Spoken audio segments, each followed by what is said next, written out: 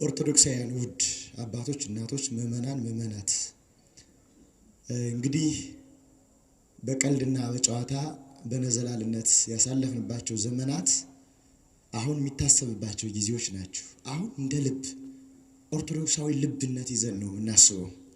በደንብ ስርጽ ስብር ያለ ትናንት ተወቃቅሰናል፣ ተበላልተናል፣ ተማምተናል። እሱን ሰላም ስንሆን እናወራዋለን። አሁን ኦርቶዶክሱን የመቀጠል ያለ መቀጠል ጉዳይ ነው። መጀመሪያ ቅዱሳት መጻሕፍትን የመረዳት አቅማችን አንድ ሰው በቅዱሳት መጻሕፍት ውስጥ የማያውቀውን የብረት ቆሎ የድንጋይ ኖፍሮ ቢቆረጥም ምን ዋጋ አለው? አይሆንለትም። ይሄ ትምህርቱ የተነገረው አባታችን መምህራችን እንዳሉት የትሩፋት ቃል ሆኖ ተነግሮልናል። ሕገ ትሩፋት ነው ማለት በትሩፋት ክርስቲያን ለክርስቲያን የሚያደርገው ለማለት ነው። አንድ ኦርቶዶክሳዊ ሰው ለኦርቶዶክሳዊ ሰው የሚያደርገው ነው። በዚህ ውስጥ ሶስት ምልክቶችን መስጠት ፈልጋለሁ። አንደኛ አንድ ኦርቶዶክሳዊ ሰው የሚያምናቸው የሚታመናቸው የሚመሰክራቸውና የሚሞትለት ምንድነው ከተባለ የእግዚአብሔርን አንድነት ሶስትነት ያምናል፣ ይታመናል፣ ይመሰክራል። ቢሞት ሰማዕት ይሆናል።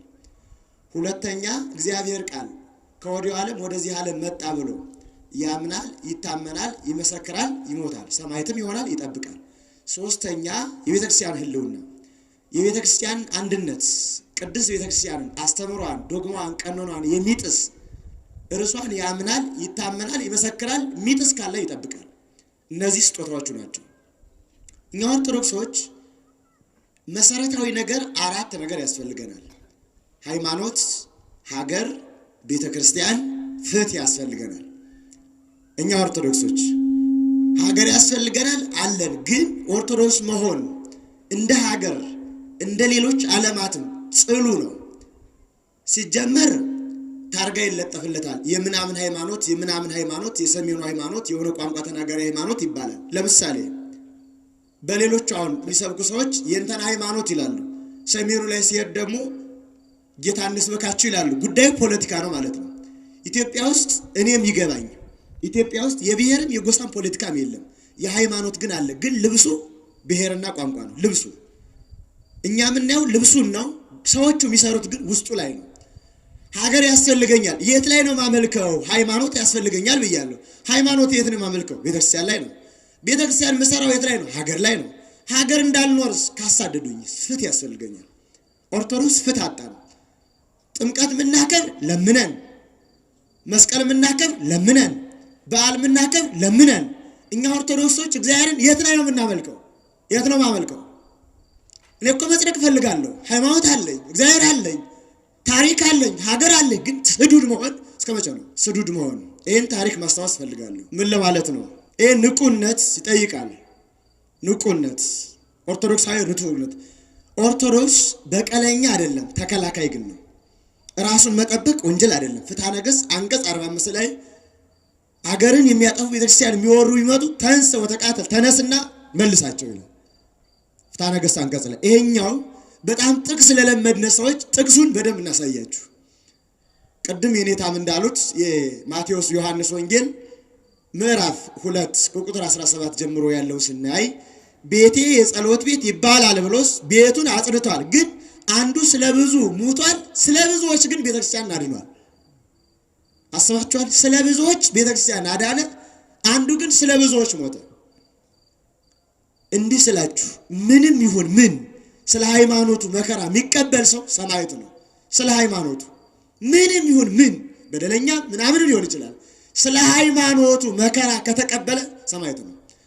ምን ጠቅሳቸው ጥቅሶችን ፊትህን ቢመታ መልሰህ ስጠው የሚባለው ይሄ ቃል ለወንድሜ ለክርስቲያን የሚያገለግል ቃል ነው። በዚያውም ላይ ፊት መምታት የለም። አሁን አንገት መቁረጥ ነው። አንገት ለሚቆርጥ ደግሞ ምንድነው? አሁን በዚህ ደረጃ ነው ያለችው ሀገራችን። ወደንም ጠላንም መረርንም አሁን ገለጥ አድርገን ማውራት ይጠይቀናል። ገለጥ ማውራት ይሄንን የትሩፋት ቃል ጥቂት ላስታውሳችሁ። በብሉይ ኪዳን በሕገ እግዚአብሔር ላይ ያመጹና ሕገ እግዚአብሔርን ሕዝበ እግዚአብሔር ለማጥፋት የተነሱትን ምሳሌ ባነሳ አብርሃም የብዙዎች አባት የሃይማኖት መሰረት ነው። ኦሪት ዘጸአት ዘፍጥረት ምዕራፍ 14 ቁጥር 1 ጀምሮ የምናገኘው ታሪክ አብርሃም ወንድሙ ሎጥን እና የሎጥን ቤተሰቦች ሚስቱን ማርከው ወስደው ኮሎዶ ጎሞራውያን ወደ አሕዛብ ሀገር ጨርሰው ይዘዋቸው ሲሄዱ አብርሃም ቤተሰቡን ቆጥሮ 318 ነው ተዋግቶ መለሰ። እና አብርሃም ወንጀለኛ ነው? ራሱን ማዳን ወንጀል ነው አብርሃም? ሌላ ልጨምራችሁ። ሙሴ አእላፈ እስራኤል ከነዓን እንዳይገቡ የአሕዛብ ነገስታት ተሰልፈው አላሳልፍ አሉ።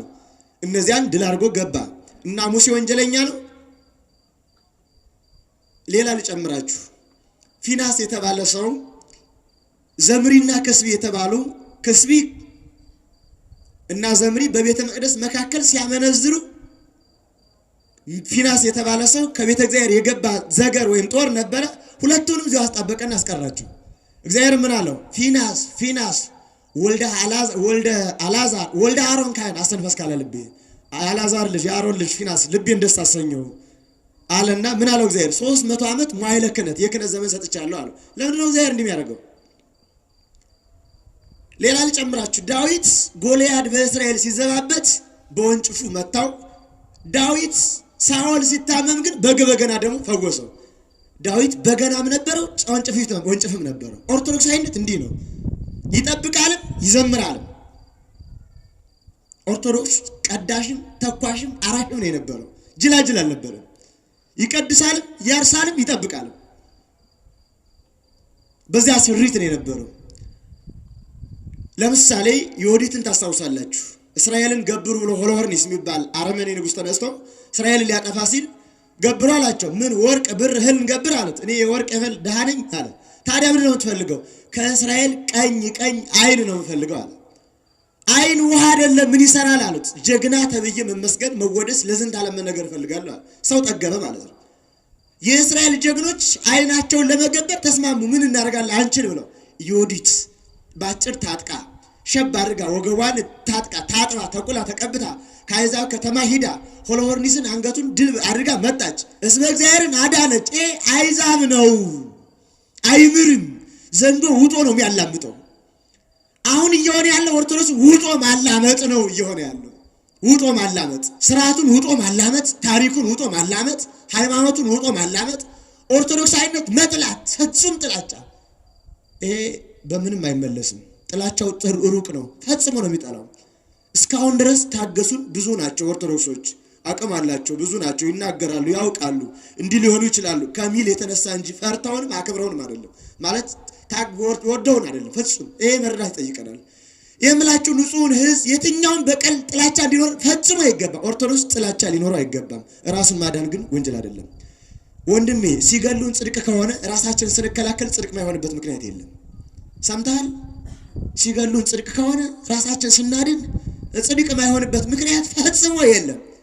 ልጨምራችሁ እንዴት የሚል ጥያቄ ልታነሱ ትችላላችሁ። ቅዱስ ጴጥሮስ ሐናንያ የሚባል ሰው የሐዋርያት ሥራ ምዕራፍ 5 ቁጥር 1 ጀምሮ ተመልከቱ። ሐናንያ የእስራኤልን ማህበር በስርቆት ለማጥፋት የ8000 ማህበርን ወዳልሆነ መንገድ ስርቆት ሲያለማምድ ጴጥሮስ ያን ሰው ቀሰፈው። አሁን ጴጥሮስ ሊቀ ሐዋርያት ነው። በጎን በጎችን ጠብቅ ግልገሎችን ጠብቅ ተብሏል። በጎን ግን ሐናንያን ቀሰፈው። አሁን ጴጥሮስ ወንጀለኛ ነው። ሌላ ልጨምራችሁ። ሐዋርያው ቅዱስ ጳውሎስ በርያሱስ የተባለ ሰው የሚያስተምረውን ያስታል። እፋለና አይኑን አሳወረው። ግን በልብሱ ጫፍ ሌሎችን አይናቸውን ያበራል። በርያሱስ ግን አይኑን አሳወረው። በጎን ብርሃን ዓለም እንላለን፣ በጎን ግን አሳውሯል። ታዲያ ጳውሎስ ስተተኛ ነው? ሌላ ልጨምራችሁ በደም እንዲያግባባን። በኢዮር በራማ በኤረር መላእክትን ፈጥሮ አንድ ሰዓት እግዚአብሔር ተሰወራቸው። ከፈለግነ ራዕይ ዮሐንስ ምዕራፍ 12 ቁጥር 1 ጀምሮ እንመልከት። ሚካኤልና ሰራዊቱ ያን ዲያብሎስን ተዋጉት የሚለውን ተመልከቱ። እኔ ፈጠርኋችሁ አለ። ሰይፍ በሰልፋችን ክንፍ ከክንፋችን በምን በልጦ ነው አሉት መላእክት። በዚህ ጊዜ ብዙ ታሪኩን ታውቃላችሁ። ከዚያ በኋላ አመስግን አሉት። አመስግኑኝ እኔን አራተኛ አድርጋችሁ አለ። ቀጠሉ። ከዋክብትን ሲፈጥር ዋመ ተፈጥሮ ከዋክብት የሰቡን መላእክት አመሰገኑት። ገነትን ሲፈጥርም አየ። ገነት የማናት ብሎ ጠየቀ። ብዙ ታሪኮች አሉት። በዚህ መካከል ለሚካኤል ለገብርኤል ዲያብሎስ መልእክት ላከ። ኑ እግዚአብሔርን ወግተን ኢየሩሳሌምን እጅ እናርጋለን። በዚህ ጊዜ ሚካኤል፣ ገብርኤል፣ ሱራፌል፣ ኪሩቤል፣ አርባብ ኃይላት መላእክት፣ መናብር፣ ስልጣናት፣ መኳንንት እነዚህ ሁሉ ኃይላት መላእክት ዲያብሎስን ሊገጥሙት ሄዱ። ተዋጉት፣ ድል አደረጋቸው። ተዋጉት፣ ድል አደረጋቸው። ሶስተኛው ወደ እግዚአብሔር አመለከቱ። ፈቃድህ ባይሆን ነው ወይ አሉት። ፈቃዴስ ፈቃዴ ነው ግን መስቀል ያዙ ብዬ ነው አላቸው። መስቀል ያዙና ሂደው ግን ድል አደረጉት። መላእክት ኢዮር ራማ የረርን ያተረፉት ወዳጅ ተከላክለው ነው ራሳቸው። በመላእክትም ታሪክ አለ፣ በሰው ልጆችም ታሪክ አለ። ታሪክ ላምጣ። እና አፄ ካሌብ አገር በመጠበቅ እና አፄ ገብረ መስቀል ሀገር በመጠበቅ እና አፄ ዳዊት እና አፄ ሰይፈ አረድ እና አፄ ናዖድ ንዝራ ያዕቆብ ሀገር በመጠበቅ አልነበሩም? ይህን ታሪክ እንዴት እናጣዋለን? ሰው ልብ በሉልኝ ወንጀል ማይሆኑ ታሪኮችን ልንገራችሁ፣ ኃጢአት ማይሆኑ ጎልማሳ በሚስቱ ባለርስ በርስቱ ኦርቶዶክሳዊ ሰው በሃይማኖቱ አምላክ በአምላክነቱ ራሱን ቢጠብቅ ቢከላከል ወንጀል አይደለም። ምሳሌ እግዚአብሔር ቃል በቆሮንቶስ ተራራ ዐቢይ ጾም ነውና ሲፈተን ዲያብሎስ ቀርቦ ምን አለው? እርቦሃል፣ አንተም እርቦሃል፣ እኔም እርቦኛል፣ ይሄንን ድንጋይ ህብስት አድርግና እንብላ አለው። ምን አለው? ሰው በእንጀራ ብቻ አይኖርም አለና ቀለል ያለ ጉዳይ ነው፣ በጥቅስ መለሰለት። ሁለተኛ ጥያቄ መር ብለህ ውደቅና መላእክቱን ስላንተ ያዛል አለው። አምላክ እግዚአብሔርን አትፈታተነው ተብሏል አለና በጥቅስ መለሰለት። ቀለል ያለ ጉዳይ ነው። ሶስተኛ ግን ወድቀህ ስገድልኝ እሰጥሃለሁ አለው። መስገድ ለእግዚአብሔር ብቻ ነውና ሁር ምድር የሰይጣን አንተ ሰይጣን ከኋላዬ ወግድ አለው። ጥቅስ የሚጠቀስበት ጊዜ አለ፣ ወግድ የሚባልበት ጊዜ አለ። እኛ ማይገባን እሱ ላይ ነው። ሁሉ ነገር እንደዚያ ነው የሚሆነን ለስላሶች። በእርግጥ ይሄን ቃል በነገራችን ላይ እንዲህ አይነት ስለሆነ ምክንያቱን ልንገራችሁ። ሁለንተናዊ ስልብ ነን። ሁለንተናዊ በታሪክ በሃይማኖት በባህል በወግ በሀገር ፍቅር በኦርቶዶክሳዊ እሴት ንድፈ ሐሳብ ያለን አስተሳሰብ ባይዳዊ ቅኝት ስለሆነ ምንም የኔ የምንለው ነገር የለም። እንውላለን፣ እንጋፋለን፣ እንገባለን፣ አለቀ። ከዚህ ያለፈ ነገር ስለሌለ ወንድሜ አሁን ያለነው ሃይማኖት ስላለን ነው። የእግዚአብሔር መንግስት መርሶ ሃይማኖት ስላለን ነው። ሃይማኖታችን እንደምናልከው ሀገር ስላለን ነው። ሀገር ደግሞ የአምልኮት ምስጢር ነው። ስለዚህ ኦርቶዶክስ ምን አገባው የሚባልበት ኦርቶዶክስ ምን አገባው በሁሉ ለምን አያገባኝም? የት ላይ ጠድቃለሁ? የት ላይ ቤተክርስቲያን ሰራለሁ? የት ላይ እኖራለሁ? የት ላይ ክርስትና እነሳለሁ? የት ላይ ዘምራለሁ? ለማንኛውም የእናንተና ኢትዮጵያ ኦርቶዶክስ የሌለባት፣ ዝማሬ የሌለባት፣ ክርስትና የሌለባት፣ በዓል ማይወጣባት፣ በእገዳ በፈቃድ እግዚአብሔር የምናመልክባት ኢትዮጵያ ናት። የኛ ኢትዮጵያ ደግሞ እግዚአብሔር የምናመልክባት ነው የምንፈልገው። ማድረግ ያለባት ሁሉም እኩል ይኖርባት፣ ማንም አይጠላባት፣ የትናንቱ የሚጠበቅባት፣ ዝማሬ ውዳሴ ቅዳሴ የሚኖርባት፣ አምልኮ እግዚአብሔር የምንፈጽምባት ነው። የእናንተና አዲስ ወጣ ግን ኦርቶዶክስ ጽሉ የሆነባት ነው። በዚህ ቅኝት ውስጥ ነው ያለው አይምሮ። በነገራችን ላይ ይሄ የጥላቻ አይምሮ የሚመለስ አይመስልም። ማንም ሰው ፍቅር እንዲሆን እንመኛለን። ግን አዝማሚያው ዋዜማውን ስናየው ከአይነቱ ከደረሰ ምን እንደሚሆን ያስፈራኛል። አሁን ዋዜማው ነው። የጥላቻ ዋዜማው ነው። የሞት ዋዜማው ነው። የበቀል ዋዜማው ነው። አይነቱ ስናየው አስጨናቂ ጉዳይ ስለሆነ ነው ማወራችሁ። በደም የሚተነትን ልብ ያለው ሰው ካለ ያስፈራኛል። ከገባን ይግባን። ስለዚህ ኦርቶዶክስ ንቁ ሆኖ በማንም በቀል ሳይኖረው ራሱን ግን ማስከበር መብቱ ነው። እግዚአብሔር መብቱ ነው። መንግስት መብቱ ነው። ራሱን ማዳን በዚያ ደረጃ ነው ያለው። ዋና ምንጮቹ አራት ናቸው። እነዚህ ዋና ምንጮቹ እንግዲህ ሰው ክቡር ነው። መምህራኖቻችሁ ሁለቱም ገልጸውታል። ምንጮቹ ምንድናቸው? የሰውን ክቡርነት ያጠፉት። ቁጥር 1 ምንጭ ዳርዊናዊ ፍልስፍና ነው። ቁጥር 2 ምንጭ ካፒታላዊ አስተሳሰብ ነው። ዳርዊናዊ ፍልስፍና የኔታ ተናግረውታል። ሰው በኢቮሉሽን ነው የመጣው። በኢቮሉሽን ወይም ዝግመት ላይ ከመጣ ምንም ነገር አይደለም። ከእግዚአብሔር የገኘ አይደለም፣ ቅዱስ አይደለም፣ ነፍስ የለውም፣ ከሞት በኋላ ህይወት የለውም፣ ከዚህ ዓለም በኋላ ሌላ ዓለም የለውም፣ ስለዚህ ትንሣኤ የለውም፣ እግዚአብሔር የለውም። ለይህንን ሰው ቢገሉት ባይገሉት ምን ችግር የለውም ነው። ይሄንን መተንተን በጣም ማየት ጠይቀናል። ለምሳሌ በተማራችሁት የትምህርት መስመር ውስጥ ጥቅም ሁለት ነገሮች ነው የምታውቁት። ዋናው ስንጨምቀው አንደኛው እንዴት ጥቅም እናገኛለን፣ ሁለተኛው እንዴት ፍላጎት እናረካለን ነው። ሲጠቀለሉ ትምህርቶች እዚህ ውስጥ ነው ያሉት፣ ጥቅምና እርካታ። ከዛ ደስ መሰኘት አለመሰኘት ጥያቄዎች የሚመጡት። ሁለተኛው ካፒታላዊ ስርዓት በየትኛው መንገድ አገኝ ነው። ኩላሊት ሲጦም ያገኛል። እንግዲህ ታውቃላችሁ እንዴት ኩላሊት ያወጡ እንደሚሸጡ በዓለም ላይ ታውቃላችሁ ሄሊኮፕተር እያበሩ ዶክተሮች ሆነው የተለያየ ፍሪጅ ይዘው እንዳይበላሽ የሚያደርግ ነው። እነዚህ ሰዎች ባለሀብት ናቸው ማለት ነው። ግን አገኝ ስለሆነ ግደልን ምንም አገኝ ነው ብለጥ ነው መብለጥ ስለሆነ ጉዳዩ እንዲህ የማግኘት አባዜ ያለበት እሱ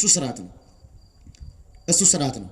እነዚህ ሁለት ስርዓቶች ደግሞ ለኛ ሀገር ሲመጡ ደግሞ ትምህርቱ ነው የመጡት። ዕውቀት መኖሪያ ፍልስፍናው ነው የመጡት። መኖሪያ ሆኖ የመጡት አስተሳሰብ ደግሞ ተቀረጸ። እኒህ ቅርጾች ሰውን አሳደጉት ማለት ነው። እነዚህ ሁለቱ ዋናዎች ናቸው። ሶስተኛው ቅዱስ የለውም። ቅዱስ ሥጋ፣ ቅዱስ ደም፣ ቅዱስ ጸበል፣ ቅዱስ ገዳም፣ ቅዱስ ኪዳን፣ ቅዱስ መጽሐፍ፣ ቅዱስ ገድል፣ ቅዱሳን ሰዎች፣ ቅዱስ መልአክ፣ ቅዱስ ምናምን ቅዱስ ምንም የለውም። ምንም የተለየ ቅዱስ ነገር የለውም። አስተሳሰብ ሁሉ ቅዱስ የለውም። ግላዊ ነው። ስለዚህ የግል መዳን፣ የግል ጌታ፣ የግል ጽድቅ፣ የግል ቤተክርስቲያን፣ የግል ምናምን የግል ነው። ግላዊ ነው ስብከቱ። አናምነው ግን ሰርጿል አስተሳሰቡ ላይ። አራተኛው ሃይማኖታዊ ፍልስፍና ነው። በመግደል ጽድቅ እናገኛለን የሚል የራሱ የሆነ ሃይማኖታዊ መጽሐፍ ላይ የመቀመጡ ሂደት ነው። እነዚህ አራት ነገሮች ጭምቅ ሆነው ሲመጡ ሰውን እንደ ሰው መመልከት የማይቻል አደረጉት። እንግዲህ ታያላችሁ እኛ ሀገር ላይ ሽማግሌ፣ ካህን፣ መርጌታ፣ አባት፣ ቅዱስ ጠፍቶ አገርና አገር ሲጣላ መንደርና መንደር እንኳን የሆነች የሞተች አጽም ነበረች የሚያገኟት። ያቺ እየወረደች ነው ሉሲ ለሰላም እየተባለ የሚሄደው አይደል? ቢያንስ የሀገራችን ሽማግሌ ከሞተ አጽም ያንሳል ወይ? ከዚያ ደረጃ ያነሰ አስተሳሰብ ነው የተሰጠው ለህያው። ችግሩ ምንድነው? ሙታኑ ህያዋኑን እናስተምር ስላሉ ህያዋኑ በሙታን ሲማሩ ዕውቀት ጠፋ። ሰው መሆን ማሰብ ጠፋ። በእነዚህ ቅርጽ ተቀረጸ። ጉዳይ ነው። ስለ ሰው ክብር ማውራት እንዴት ይቻላል? ሰው የእግዚአብሔር አምሳል ነው፣ ተቀደሰ ነው። ሰው እንዲህ ነው ማለት ይቻላል? እንዴት ይቻላል? እና እነዚህ ምክንያቶች የትምህርት ፍልስፍናው ትልቁ ጉዳዮቹ እንዴት ራሱን ማዘመን ማርካት ራሱን ማድረግ እንዳለበት የሚያስብ ነው። ይሄኛው አስተሳሰብ ራሱ ሰው ለሆነ ሰው የሚነገር ነው። አብዛኛው እንደ ዕቃ ነው የተሆነው። እንደ ዕቃ ከሆነ አገር ኤክስፖርት እንደተደረግነ ዕቃ ነው የሚያስፈልገን። ስለዚህ በውበት በምን በመጓው በማጌጥ በኮስሞቲክስ በምን በፍቶት በፍላጎት ነደን እንድንኖር እንጂ ቅዱስነታችን እንዲጠፋ አደረገ። ለማንኛውም ለኦርቶዶክሳውያን ግን ሶስት ምልክታዎችን ላሳስባችሁ። እኛ ክርስቶስ የእግዚአብሔር መልክ ነን፣ በእግዚአብሔር አምሳል ተፈጥረናል። አንዱ። ሁለተኛው ደግሞ የወይኑ ግን ቅርንጫፍ አድርጎናል፣ አካል እግዚአብሔር ነን። ሁለተኛው ነው። ሶስተኛው ደግሞ አካሎች አሳይደን ምንዋሃደው ነን። አራተኛው የመንግስቱ እጮኛ ነን፣ መንግስቱን ምንሻ ነን። በዚህ ሂደት ውስጥ ሰማያዊ ሐሳብ አለን፣ ምድራዊ ኑሮም አለን። በምድር ኖራለን፣ እንደ ሰማይ እናስባለን። በዚህ መካከል ያለን ሰዎች እያንዳንዱ ሰው ምን ገልጸው ኦርቶዶክሳዊ ርዕይ አድርገን ነው። ኦርቶዶክሳዊ ርዕይ እንዳይኖረን ደግሞ ዕውቀታችን ተገድቧል። ማያ የለንም፣ መለኪያ የለንም። አንድን ነገር ይሁን አይሁን እውነት አይደለም መለኪያ አናቅም። አንድ ታሪክ ልንገራችሁ። የሳምራዊቷን ሴት ታውቃላችሁ? የሳምራዊቷን ሴት ክርስቶስ ሄደና መድኃኔዓለም ክርስቶስ ውሃ ጠጭኝ አላት።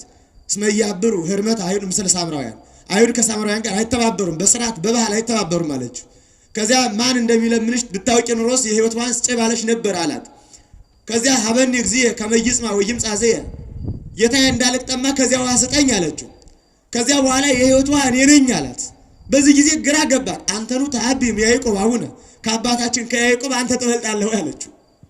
ይቺ ሴት የሚያስተምር ሰው ስታገኝ ከያዕቆብ ይበልጣል አይበልጥም መለኪያ ነበራት። ክርስቶስን ራሱ የለካችው በያዕቆብ በኩል ለክታ ነው ያወቀችው። በኋላማ ማድጋው አንተታ መቅጃው አንተታ ኑ ያስተማረኝ ሰው ኑ ላሳያችሁ ብላ አመጣች አይደል? ሲገባት እኛ ኦርቶዶክሶች የሰው መለኪያ የለንም። መለኪያችን ተሰረዘብን። የእውነት መለኪያ፣ የታሪክ መለኪያ፣ የአባት መለኪያ፣ የሊቅ መለኪያ የለም። ማጨብጨብ ነው በቃ። እልል በሉ፣ ጭብጨባ ነው። እግዚአብሔር ጽናቱን ይስጣችሁ። ለአዲስ አበባ ሕዝብ ደግሞ ክፍለ ሀገር እግዚአብሔር ይመስገን ደህና ነው። ጭብጨባ አላደነቆረው፣ እልልታ አላደነቆረው። እናንተ ገና በእልልታ ድንቁርና ውስጥ ትጨበጨባላችሁ። ከዚህ ውጣ። ሰባኪያኑ ምራች አረጋጉን፣ እናስብበት። ሰው መሆናችን እንረዳ። የቤተክርስቲያን ጉስቁልና የሰው ክብር ይግባል። ዝም ብሎ ማጨብጨብ ማለት ሁካታ ማኖር ማዘመር አለቀ። ዘምረናል። አሁን ግን ማሰብ እንፈልጋለን። ሰው መሆናችን ማሰብ እንፈልጋለን። እውነት ተደብቋል። ኦርቶዶክስ ተፋዟል። ክርስቲያን መሆኑን ማያውቅ ዘማሪና አጨብጫቢ እንዲሆን ብቻ የተሰራበት ወዳጅ ውጣ ጅላቱን ነፍራቃ ጅላጅል ሰውነቱን ማይረዳ እየሆነን ያለነው ከዚህ ወጥተን ማሰብ ይጠይቀናል ያለንን ችግር ኦርቶዶክስ ማን እንደሆነ ታውቃላችሁ ትልቅ የድንጋይ ወፍጮ እየፈጨ የሚደንሰው ነው የሚመስለው ታች ላይ ሆኖ የሚደንሰው እኛ ደግሞ በጭብጨባና በእልልታ ምንልካችሁ ደግሞ ልክ ማደንዘዣ ወጆች ነው የምንመስለው ሰው መሆን አልቻልንም ሰው ይታረዳል ይገደላል ኩላሊት ይወጣል ያርዱታል ይጥሉታል ምንም ስለሰው ክብር የለም ማንንም ትንፍሽ የሚል የስብከት አቅጣጫ የለንም እና እኔ የማስተምረው ህዝቤ መምህር ነኝ ያሉት ሙቶብኝ ምን አደርጋለሁ እኔ ምንድነው መምህርነቴ ሊቁ ምናምኑ ሰባኪው ምናምን ምን ያደርጋል ስብከቴ አባት ምናምን ምን ያደርግልኛል እኔ እኮ ህዝብ ውስጥ አለ ነው የበጎች እረኛ መሆን የሚቻለው በጎች ካሉ ነው ከሌሉ ምንድነው እረኝነት ምንድነው አባትነት ምንም ኦርቶዶክሳውያን በተለይም ሰው እንደ ሰው መታሰብ ያቃተው እንዲህ አይነት ጥቃቅን የመሰሉ ግን ያሳደጉን እንዲህ አይነት የትምህርት የትርክት ስርዓቶች ስላመጡት ነው በሌላም መልኩ እኒህ ሴረኞች ምዕራባውያን ስለ ሰው ያላችሁ ሰው እንግዲህ በሌላው ዓለም አታውቃላችሁ ምን ያህል ክብር እንዳለው የኛን የሰው መብት የሰው ምናምን የሚሉን ሰዎች ስለ ሰው ምን ያህል እንዳላችሁ ታውቃላችሁ አሁን ሌሎች እነ አሜሪካ ብንሉ ምናምን ብንሉ ታውቃላችሁ ከ18 ዓመት በታች የሰው ጾታ አይታወቅ የሚሉ ሰዎች ናቸው ወንድ ላይ ሊል ይችላል ወይ ሴት ላይ ሊል ይችላል ወይም ወንድም ሴትም አይደለም ሊሆን ይችላል ሰምታችኋል አይደለ እስካሁን ወንድ ነበርሁኝ አሁን ግን ጾታዬን ቀይሬያለሁ እስካሁን ሴት ነበርሁኝ አሁን ጾታዬን ቀይሬያለሁ ወንድና ሴት መሆኔን ገና ወደፊት ወስናለሁ ሚል አስተሳሰብ ያለው ሰው ስለ ሰው መብት እኛን ያስተምራል ስለ ሰው ህይወት ያስተምረናል እኛ በቃ የሴቶች መብት ምናምን እናረጋርጋለን እኛ ንግስተ ሳባን ነማክዳን የብሉይ ኪዳን ንግስት የሐዲስ ኪዳን ንግስት ብሉይን ሐዲስን የሰጡን የሴት ነገስታት ደናግላን ምናቅሰዎች ግን ዙረን ጠያቂ ግልብጥ እንሆናለን ባንዳም እንሆናለን ለታሪክ ለሃይማኖት ለእሴት ለወቅ ታጥበናል እኮኛ አስተሳሰባችን ታጥቧል ሚዲያ ያጥበናል ወሬኛ ያጥበናል ፖለቲካ ያጥበናል ጎሳ ያጥበናል መንደር ያጥበናል ወሬ ያጥበናል በእነዚህ ሁሉ ታጥበን ማያችን ስለጠፋ ሰው እንደሆነ አይረዳንም ድንዝዝ እንሆናለን ስለዚህ ሰው መግደል ምንም ተራ ይሆን አባቶቻችን ኢትዮጵያውያን ብዙ ክብር አላችሁ እንኳን ለሰው ለአራዊቱ ለእንስሳቱ ላይዋፉ ምን ያህል ክብር እንዳላችሁ ይታወቃል ለሀገር ለድንበር ምን ያህል ክብር እንዳላችሁ አንድ ታሪክ በ8ኛው ክፍለ በ9ኛው መጨረሻ ክፍለ ዘመን የተነገረ ታሪክ ልንገራችሁ አንድ ገበሬ ከአንድ ካህንሳ የገባበት ነው ገበሬው መንገድ ሲሄድ የወይራ እንጨት ቆርጦ ጥርሱን ሲፈቀፍቅ ቆይቶ ሲያስብ እንጨቱ መቆረጡን ትዛለውና ለነፍስ አባቱ ሄዶ ኑሳዜ ይገባል ኃጢአት ሰርቻለሁ ምን አርገ እንጨት ቆርጬ እና ምን ኃጢአት አለ ይሄ እንጨት አድጎ ገበሬው ሞፈር ወይም ቀንበር አርጎ አርሶ ይበላበት ነበር እኔ ቆርጬ አስቀርጫለሁ ስለዚህ ለዚህ ረሃብ ዳርጌዋለሁ አለ አይጤናማ ሰው ሲያስብ ነገር ነው የሚያስብ ለትውልድ ይሄኛው ግን በቃ በልጫው ልሙት ብቻ ልኑር የግል ኑሮ የግል ሐሳብ ግላዊ ጅንጆሮ አይነት የሚቃማ በቃ ብቻ ይሄን ቅርጽ ኦርቶዶክስ ባስተምሮ በርቱነት አስተሳሰብ ታሪክ በእውነተኛ ህይወት መቀየር ይጠይቃል ያለዚያ ነገም ይቀጥላል ይሄ ስለዚህ ነቃ ማለት ይጠይቃል ይሄን ለማየት ውድቀታችንና መፍትያችንን ማሰብ ይጠይቃል በዚህ መካከል ኦርቶዶክሱ ማንም መሪ ማስተዳዳሪ መሆን ይችላል የግድ ኦርቶዶክስ ብቻ መሆን አይደለም ጥያቄያችን አይደለም እሱ ኦርቶዶክሱ ፍትሃዊ እንዲሆን ነው እንደ ኦርቶዶክስ የሚገባኝን ማለት ነው ግን የዚች ሀገር ምንጭ የመጀመሪያ ምንጮች የነበሩት ሁለቱ ናቸው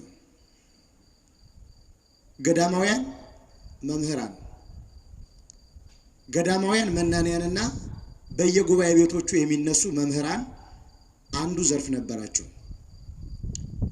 ቀጥሎ ገዳማውያን መምህራንና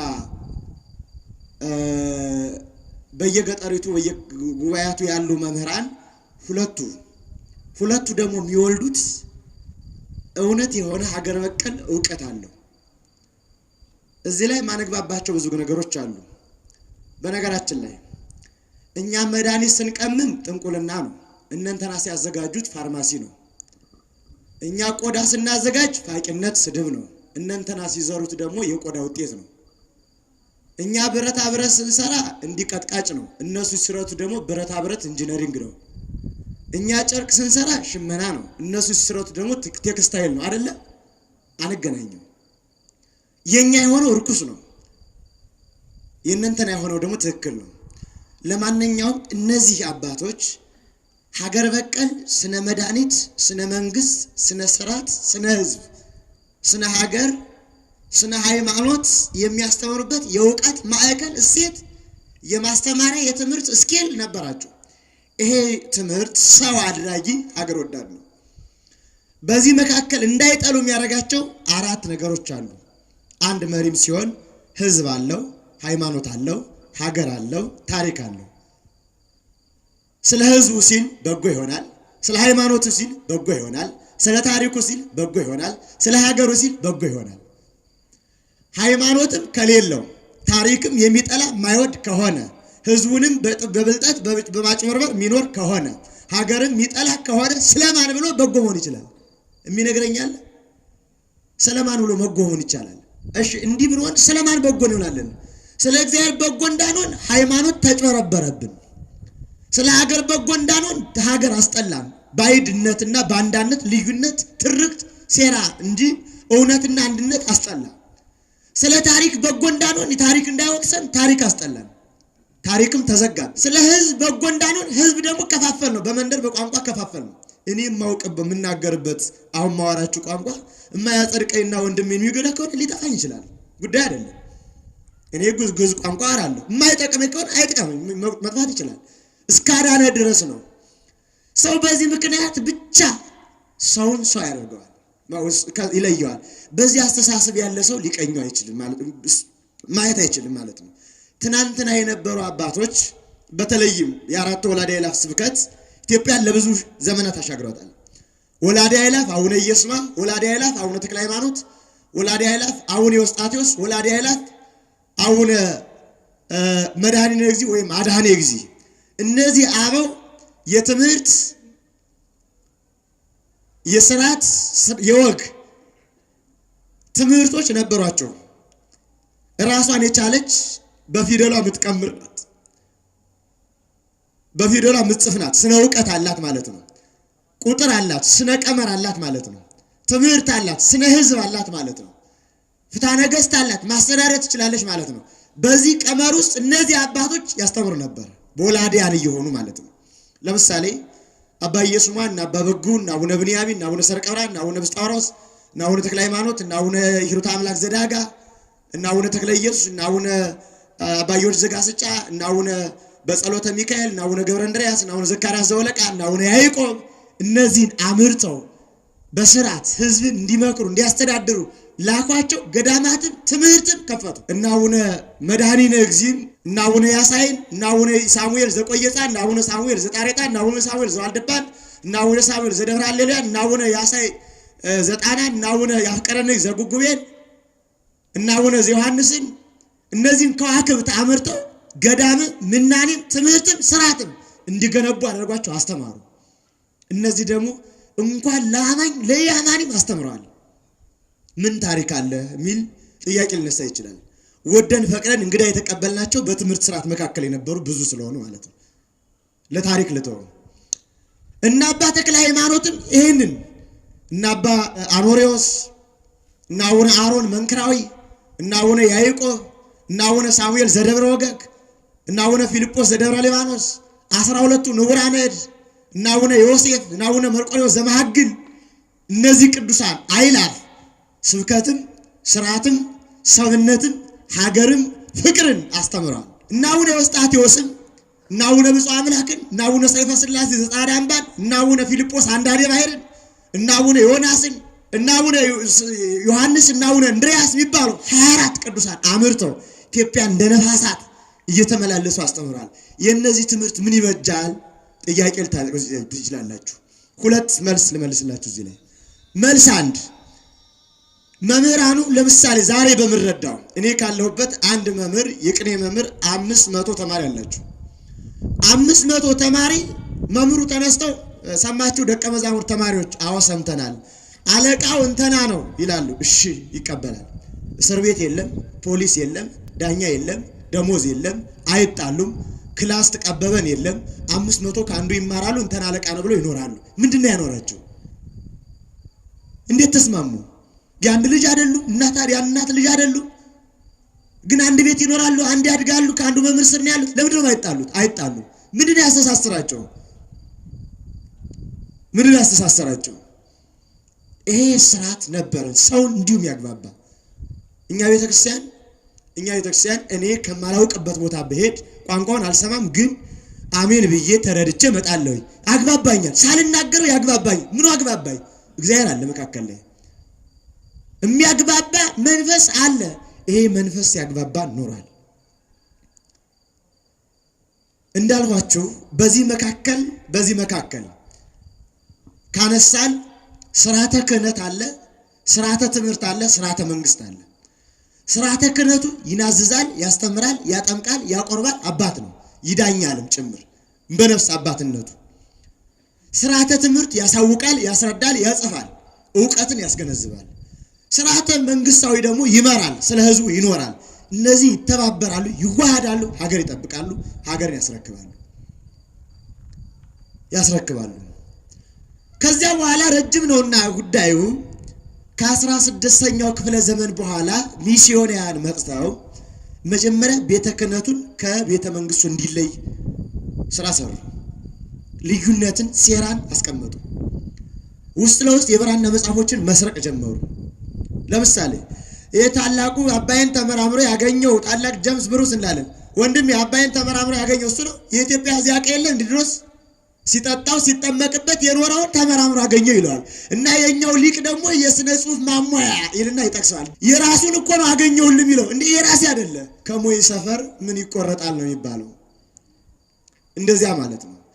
ግን ተመራመረ ሲሉን 31 የብራና መጽሐፍ ሰርቆን ሲሄድ ለምንድን ነው አይነግሩን? የሰረቀን አይነግሩንም። በዚያ መልኩ ዘመነ መሳፍንትን ወለዱት። ዘመነ መሳፍንት የሚስዮናውያን ውጤት ነው። አምጠው ነው የወለዱት። ያንን ዘመነ መሳፍንት በአፄ ቴዎድሮስ ዘመን አድሮ ኢትዮጵያን ወደ አንድ አመጣት። መቅደላ ላይ አፄ ቴዎድሮስ ሊቃውንቱን ሰብስበው ስነ ውጤት መድኃኒት እንዲቀምሙ፣ ቀለም እንዲያወጡ፣ ብራና እንዲፍቁ፣ የተለያየ ስራ እንዲሰሩ የተለያየ ሊቃውንቱ ብራና መጽሐፉን ሰብስበው ተመራመር የሚል ስራ ሰሩ። እንግሊዛውያን በናፔር የተመራ 30 ሺህ ጦር ሰደዱ። አፄ ቴዎድሮስን ሞቱ። ራሳቸውን መስዋዕት አደረጉ። 500 የተመረጠ የብራና መጽሐፍ እንግሊዞች ሰርቀው ሊሄዱ። አሁን በዓለም ደረጃ 30 ሺህ መጽሐፍ የተሰረቀልን 30 ሺህ መጽሐፍ እኛ ሀገር ላይ ሲመጣ የነንተና ነው፣ የምናምን ነው፣ የኦርቶዶክስ ነው፣ የነንተና ነው ይተረክልና እነሱ ሲመጡ በሚሊዮን እየገዙ ይሰርቁናል። እና በዚህ መካከል ላይ ሀገር መጠበቅ ይቻላል? አይቻልም። ከዚያ በኋላ ይሄም ብዙ ታሪክ አለው። በ1880ዎቹ መጨረሻ አካባቢ ላይ ኢትዮጵያ ጣሊያንን ካሸነፈች በኋላ ምንድነው ምንጯ አሉ ጥናት። ምንድነው የኃይሏ ምንጭ? አንደኛ ኦርቶዶክስ ራሷ ለምንድነው እንዲሆነችው? ሃይማኖት ያላት፣ ትምህርት ያላት፣ ፍልስፍና ያላት፣ ወግ ያላት፣ ስነ ሕክምና ያላት፣ ስነ ፈለክ ያላት፣ ስነ ጠፈር ያላት፣ ስነ ቁጥር ያላት፣ ምትቆጥር ልኬት ያላት፣ ስነ ዘመን ያላት፣ ባህል ያላት፣ ወግ ያላት ከማንም የማትሻ ናት። አንድ ሁለተኛ ይሄንን የምትመራበት የምድሪት ስራ ደግሞ ሀገር ያላት ናት።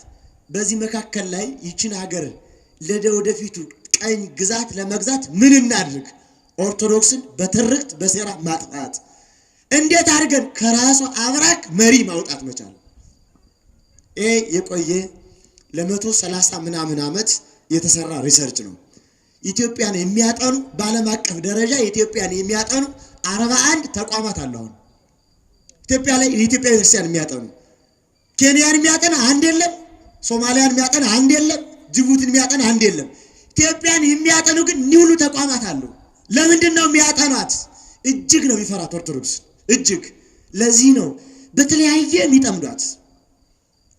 ከዚያ በኋላ መንገዶች ተጀመሩ። ምን እናርግ? ለአማኝ ሕዝብ እምነት እንስጣው የሚል ተሰጠ።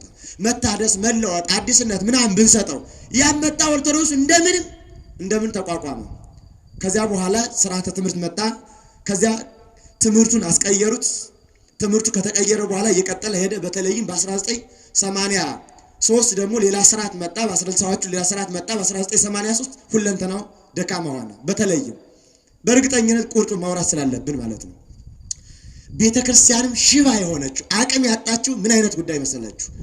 ኢትዮጵያን ለ100 ዓመት ለመግዛት ምን እናድርግ የሚል ምክክር ነበር። በነገራችን ላይ ኢትዮጵያን ለመግዛት የኢትዮጵያ ኦርቶዶክስን መያዝ በዚህ ምክንያት ነው ያለቅነው። ብዙ እውነቱን እንነጋገር ከተባለ አንዱ ቤተክርስቲያን ሽባ አደረገው ያኛው ደግሞ በዚያኛው ሽባ ያደርጋል፣ በዚያው ንፋቄ ይመጣል፣ እያምታታ ደካማ አደረገው።